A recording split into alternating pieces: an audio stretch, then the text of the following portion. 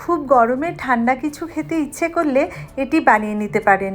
গরমের perfect dessert বানিয়ে ফ্রিজে রেখে দিলে বাড়িতে হঠাৎ কেউ এসে গেলে এটা ঠান্ডা ঠান্ডা পরিবেশন করতে পারবেন। সবাইকে স্বাগত জানিয়ে তাহলে শুরু করছি রান্না। আজকে তৈরি করছি ফ্রুট কাস্টার্ড। তার জন্য এখানে বড় চামচের 2 চামচ ম্যাঙ্গো ফ্লেভারের কাস্টার্ড পাউডার নিয়েছি। ঠান্ডা দুধ দিয়ে সেটিকে ভালো করে গুলে নিচ্ছি। কাস্টার্ড পাউডার সবসময় ঠান্ডা জল অথবা দুধ দিয়ে গুলতে হয়। গরম জল বা দুধে গুললে দলা বেঁধে যাবে। আমি এখানে 1 লিটার ফুল ক্রিম দুধ নিয়েছি, জাল দিয়ে একটু ঘন করে নিচ্ছি। কড়াইয়ের গায়ে যে সর হয়েছে সেই সরগুলোকে ছাড়িয়ে একটু মিশিয়েও দিলাম, খেতে ভালো লাগবে। দিয়ে দিচ্ছি পরিমাণ মতো চিনি। এবারে গুলে নেওয়া কাস্টার্ড পাউডারকে দুধের মধ্যে মিশিয়ে দিচ্ছি। কাস্টার্ড পাউডার মেশানোর সময় স্প্যাচুলা কন্টিনিউ চালাতে হবে, না হলে কিন্তু দলা বেঁধে যেতে পারে কিংবা পাত্রের তলায় লেগে যেতে পারে। 4-5 মিনিট জাল দিয়ে নিতে হবে।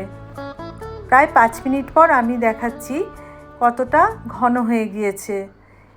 ঠান্ডা হলে আরও খানিকটা ঘন হয়ে যাবে। এবার এটা গ্যাসের ফ্লেমটা অফ করে দিয়ে ঠান্ডা করে নেব। কিছু ফল আর ড্রাই ফ্রুটসকে কেটে নেব।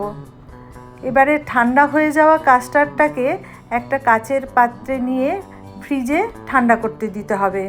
অন্তত ঘন্টা 2 রেখে এটাকে ভালো ঠান্ডা করে নিতে হবে। গরম খেতে ভালো লাগবে না, ঠান্ডা ঠান্ডা খেতেই ভালো লাগবে।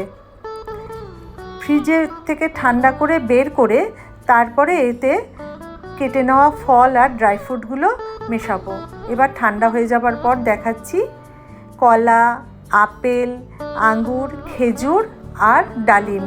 আমার কাছে এই ফলগুলো ছিল, আমি এগুলো দিয়েছি। আপনারা আপনাদের পছন্দ মতন যে কোনো ফল মিশিয়ে দিতে পারেন। এবারে ড্রাই ফ্রুটসগুলো দিয়ে দিচ্ছি, আমন্ড, কাজু, কিশমিশ আর পেস্তা।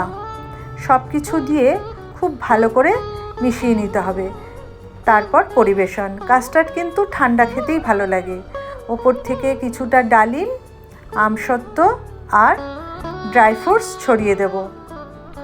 খেতে আর দেখতে ভালো লাগবে। এখন তো রোজা চলছে, আপনারা যারা রোজা করেন তাদের ইফতারির টেবিলটা স্পেশাল করতে বানিয়ে নিতে পারেন এই রিচ ক্রিমি ফ্রুট কাস্টার্ড।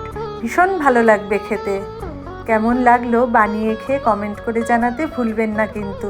ভালো লাগলে একটা লাইক করে দেবেন। চ্যানেলটি সাবস্ক্রাইব করারও অনুরোধ রইল।